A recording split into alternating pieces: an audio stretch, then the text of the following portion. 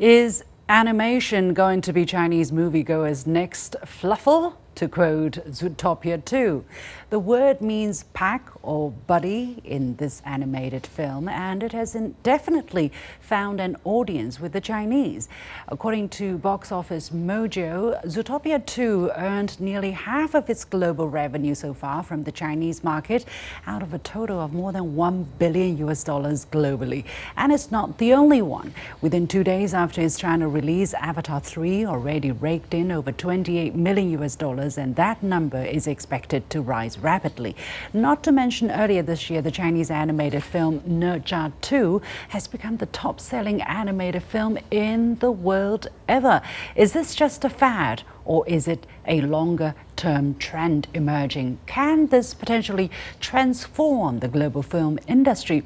To shed light on this topic, I'm pleased to be joined from Los Angeles by Stanley Rosen, Professor of Political Science and International Relations at the University of Southern California, and from Beijing by Han Hua, co-founder and Secretary General of the Beijing Club for International Dialogue. Welcome to both of you. Let me go to Professor Rosen first. Now, in 2025, in this year, China's mainland box office rebounded to $7 billion. That's accounting for about 1/4 of the global total, and that's second place in the world behind North America. And what's new this year, however, is that animation makes up nearly half of that number. So, Professor Rosen, help us understand what is going on. Well, I think a number of things are going on. Number one, you have very high quality films, which took years to create. And these are films that had predecessors like Avatar, the first Zootopia, the first Ne Zha. And so there was a built-in audience waiting patiently for years for this to happen. The other thing I would say is that animation has real advantages over other genres, in that it can be dubbed into local languages, so that, for example, Avatar, Fire and Ash, 73%, more than 73% of its box office so far is outside North America. For Zootopia 2, more than 76% is outside North America. So these are films that resonate with global audiences. You have cute animals. You're not dealing with anything sensitive, politically, sociologically, economically. And these are the kinds of films, particularly Zootopia or Ne Zha or The Legend of Hay, to look at another Chinese animated film that's very, very good. I enjoyed that a lot. And there are 2 of them now. These are films you can take your children to more than once. They want to see it more than once, to pick up on things they missed the first time and to relive that experience. That's not true of any other genre. So it's got these built-in advantages. Han Hua, what do you see as the phenomenon that we're seeing here? That is it that the Chinese people all of a sudden found animation films so much more enjoyable in the cinemas? What could have potentially started this trend? Is this a trend picking up pace every year? Yes, it is a trend picking up, a pace on yearly basis.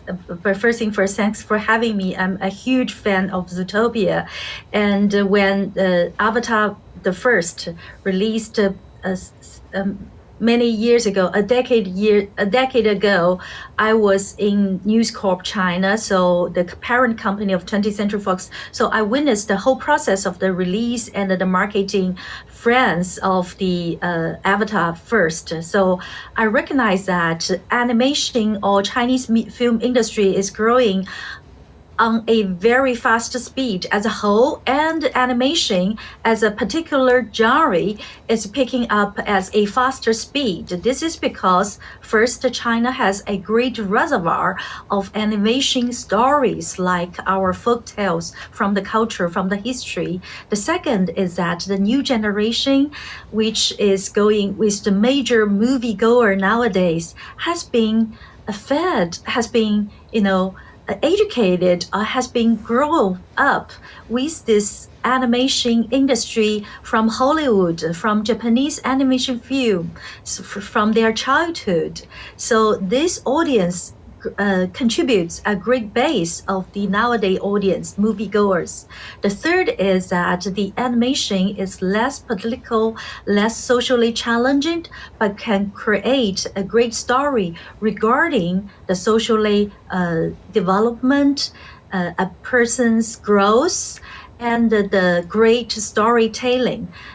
Of course, in addition to that, this is the growing technology development in China's filmmaking industry, like the content generated image, like the AI assisted technology. So this all helps the new trend become a fundamental shift in the movie industry. Professor Rosen, is there a clear distinction between Chinese and foreign moviegoers in terms of when it comes to animation films, or is it a universal language? I think it's a universal language, and that's why I used to give lectures every year at the annual Beijing film screenings, because there was a big concern about how can we make Chinese films more successful internationally. And what I said, going back more than 10 years, is that animation is the way to go, because you're dealing, as I said, with cute animals. You're not dealing with any politically sensitive issues. You're not dealing with any cultural differences. Because as Hanhua was suggesting, China has all these stories to tell, but they don't always resonate with people outside China who don't know Chinese culture that well, or Chinese history that well, or Chinese myths and legends that well. But animation is a way to get this across. And so I think animation really has a future in terms of China, because Chinese innovation is now being acknowledged worldwide as kind of the global pace setter in all fields. So technology it really belongs to China at the moment.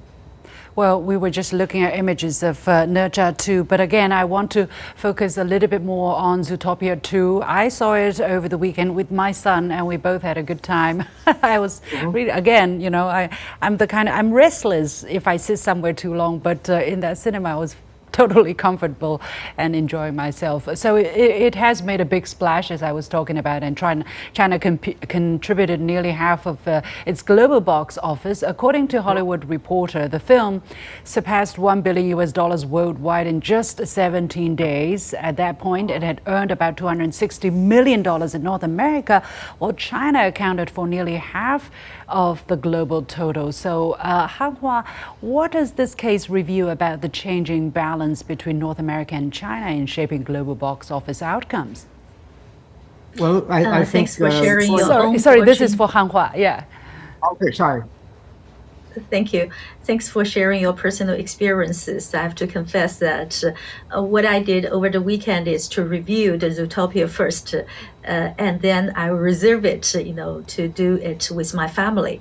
What I want to say is that the Zootopia first, when it was released, Hollywood regarded the Chinese market more as a marketing tool, and also, of course, an additional market for its box office. But this box office and this market certainly surpassed the original expectations of the revenue. So I think when Zootopia the second was released, Chinese market is not only regarded as an additional market, but as a dual engine of this market revenue, meaning that Hollywood needs to do the marketing from the very first, in the first place, to set up its marketing strategy, to build its marketing strategy around not only Hollywood or North America audience, but also the Chinese audience, meaning that it needs, for example, the director wrote this thanks letter to the Chinese audience in particular, right. Some other marketing tactics to be made, to be targeted towards the Chinese audience as well. And the storytelling, I have to say that it is also built around the Chinese audience. This audience is not only about the young people, not only about the children, but also about the middle class, but also about the moviegoers that are keen to find some answers, not only the entertaining factors, but also some answers that they felt anxiety, they felt complexity in their day-to-day life. So I think this means the significance of Zootopia's too, the team, the marketing efforts, and their importance. They are attaching great importance to the Chinese market in particular. Professor Rosen, what were you going to say? Why is Zootopia hitting the Chinese particularly well? What about it? Well, one thing, yeah, let me kind of follow up on what Hanhua just said, because the marketing to me is absolutely crucial. And what Disney did with their theme park starting in 2023 was to have a special section for Zootopia. They also combined with Starbucks, Xingbake, and a lot of other things, a lot of other places in China to have all these promotions. So you get a mug, Zootopia mug, and so on. That's crucial. They haven't been able to do that with most films. Before December, the biggest Hollywood film was the Jurassic World film, which barely wasn't even in the top 10, and made what, 79 million US dollars, something like that. So everybody was waiting in Hollywood, because I'm from Hollywood, really. Everybody was waiting to see what Zootopia 2 and Avatar 3 would do, because up until then, Hollywood was getting very little of the market. Well over 80% of the market is for Chinese domestic films. And if Zootopia 2 and Avatar 3 didn't succeed, Hollywood was completely doomed in China. So this gives them a ray of hope. But how many Zootopias and how many Avatars are there? I think the only possible hope is Avengers, the next Avengers film, because that always does very well in China too. Yeah, so I got about 2 minutes left. One question, very quick, to Hanhua, and probably one sentence from Rosen again. How will this affect the Chinese film industry? We have Ne Zha, ranking really top among the world. How is this going to affect Chinese movie makers in the near future? Hanhua, very quickly, please. Thank you. I think the revenue and the market effect will definitely intrigue the movie makers, the industry players, to contribute more efforts in every factor of the movie production, from the marketing, from the focus group study, from digging more into Chinese rich cultural reservoir to find out more good stories and to do more storytelling tactics combining with the high tech.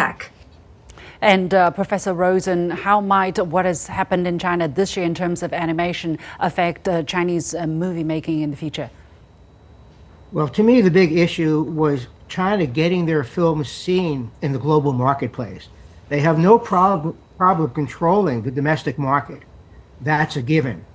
The problem is, how do you compete with Hollywood outside the China market? And that's the big challenge that China has to face.